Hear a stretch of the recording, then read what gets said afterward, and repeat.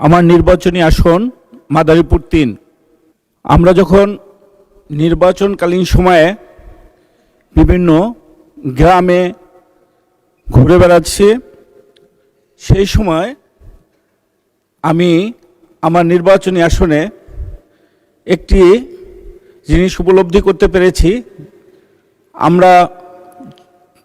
আমাদের ওইখানকার বেশিরভাগ শিক্ষার্থীরাই তারা ইন্টারমিডিয়েট পাশ করার পরে নার্সিং ইনস্টিটিউটে তারা অধ্যয়নরত হয়, তারা ডিগ্রি নেয়, কোর্স কমপ্লিট করে তারা বিভিন্ন বাংলাদেশে এবং দেশের বাইরে বিভিন্ন হসপিটালে তারা কাজ করছে।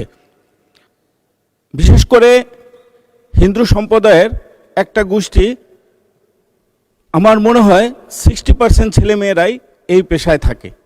সেইখান থেকে আমি উপলব্ধি করতে পেরেছি আমার নির্বাচনী আসনে ঢাসার উপজেলায় আমি একটি নার্সিং ইনস্টিটিউট করে দেওয়ার জন্য আমি মাননীয়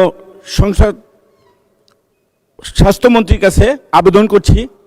আমি যেন আমার নির্বাচনী এলাকায় সরকারের পক্ষ থেকে, স্বাস্থ্য মন্ত্রণালয়ের পক্ষ থেকে যেন একটি নার্সিং ইনস্টিটিউটের ব্যবস্থা করে দেওয়া হয়।